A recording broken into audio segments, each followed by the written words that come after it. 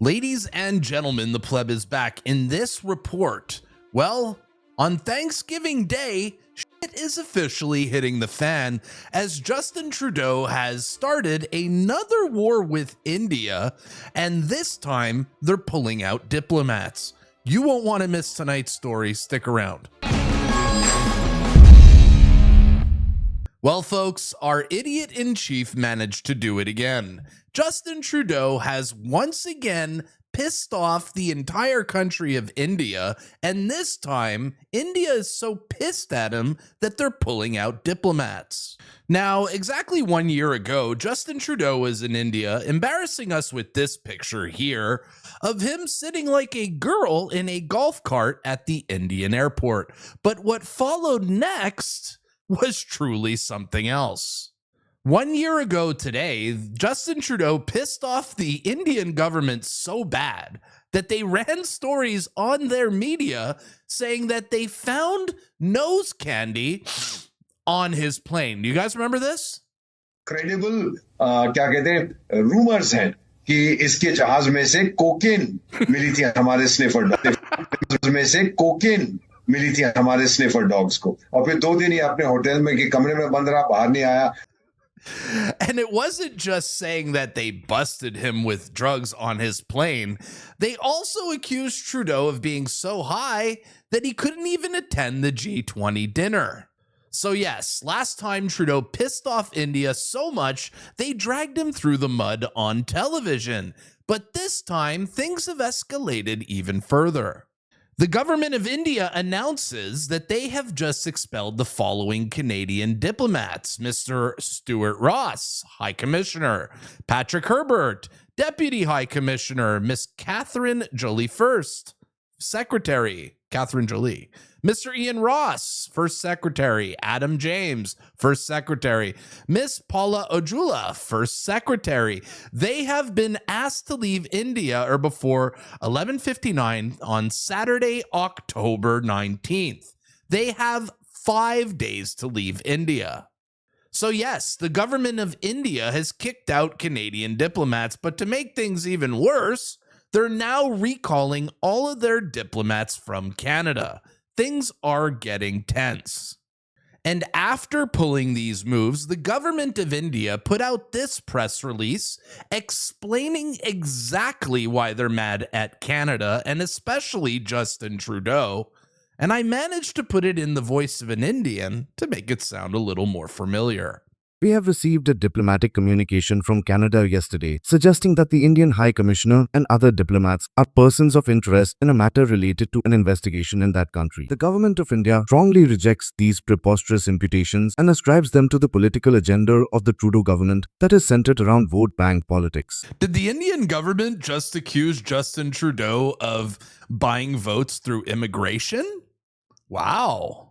I mean, we already knew that. Since Prime Minister Trudeau made certain allegations in September 2023, the Canadian government has not shared a shred of evidence with the government of India, despite many requests from our side. This latest step follows interactions that have again witnessed assertions without any fact. This leaves little doubt that on the pretext of an investigation, there is a deliberate strategy of smearing India for political gain. Prime Minister Trudeau's hostility to India has long been in evidence. In 2018, his visit to India, which was aimed at currying favor with the vote bank, rebounded to his discomfort. His cabinet has included individuals who have openly associated with an extremist and separatist agenda regarding India. His naked interference in Indian internal politics in December 2020 showed how far he was willing to go in this regard. That his government was dependent on a political party whose leader openly espouses a separatist ideology vis-a-vis India only aggravated matters, under criticism for turning a blind eye to foreign interference in Canadian politics. Are they cooking Trudeau for foreign interference?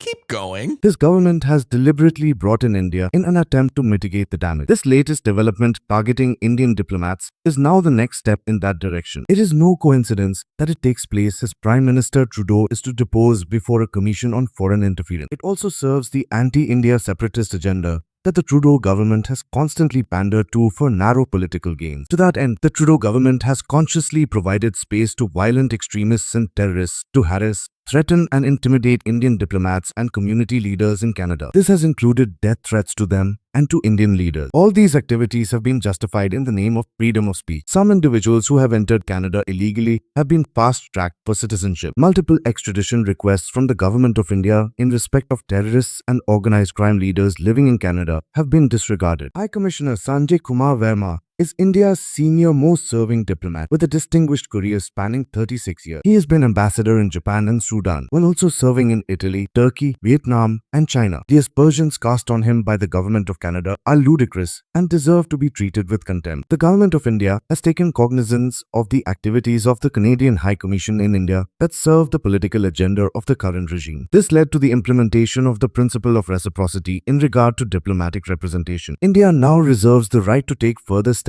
in response to these latest efforts of the Canadian government to concoct allegations against Indian diplomats. Wait, so the government of India are now calling out Justin Trudeau for buying votes through immigration?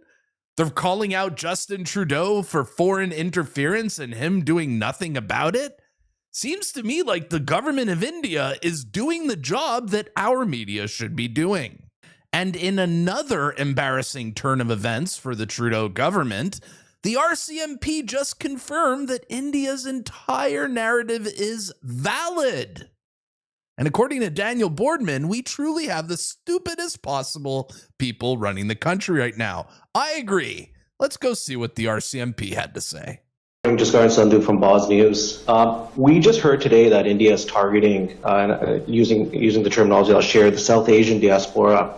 To be more specific, is the main target of transnational repression or foreign interference and organized crime, including what we just heard, extortions, actually the Sikh Canadian community? So yes, I mean, it is targeting the South Asian community, but what we've seen is there's specific targeting of pro-Khalistan elements in Canada, or members of the pro-Khalistan movement. And just for the follow-up, but we're talking about extortions, organized crime being used.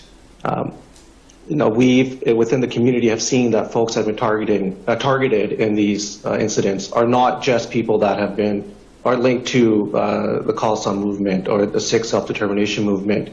Are you able to share that the transnational repression occurring right now is going beyond just Sikhs connected to the Khalistan movement in some shape or form? So just in order to preserve the integrity of the investigations that are being conducted by our police of jurisdiction partners, I won't be providing any further details in regards to the specificity of those investigations. But what we've seen is from an RCMP perspective, is the use of organized crime elements. And I will say and it's been publicly attributed and claimed by one organized crime group in particular, which is the Bishnor group. So that's what we're seeing here in Canada. And we believe that group is connected to agents of the government of India. Wow, the RCMP just flipped Trudeau on his head. He wants us to believe that it's Indian agents who assassinated this Khalistani, but our very own RCMP are saying that it's the Khalistani gangs, the gang violence and the gang activity within Canada, a problem which Justin Trudeau imported himself. Let's go read some comments here underneath the RCMP video. First one saying, America and Canada are fighting for the stupidest government award. What the F are we going to do, man? This is embarrassing, right? How do we even take on India? Things should make it easier, but Canada doesn't want to give it away. It's terrorists. Is Justin sleeping with one of those Khalistanis ever since his wife left him? Wow.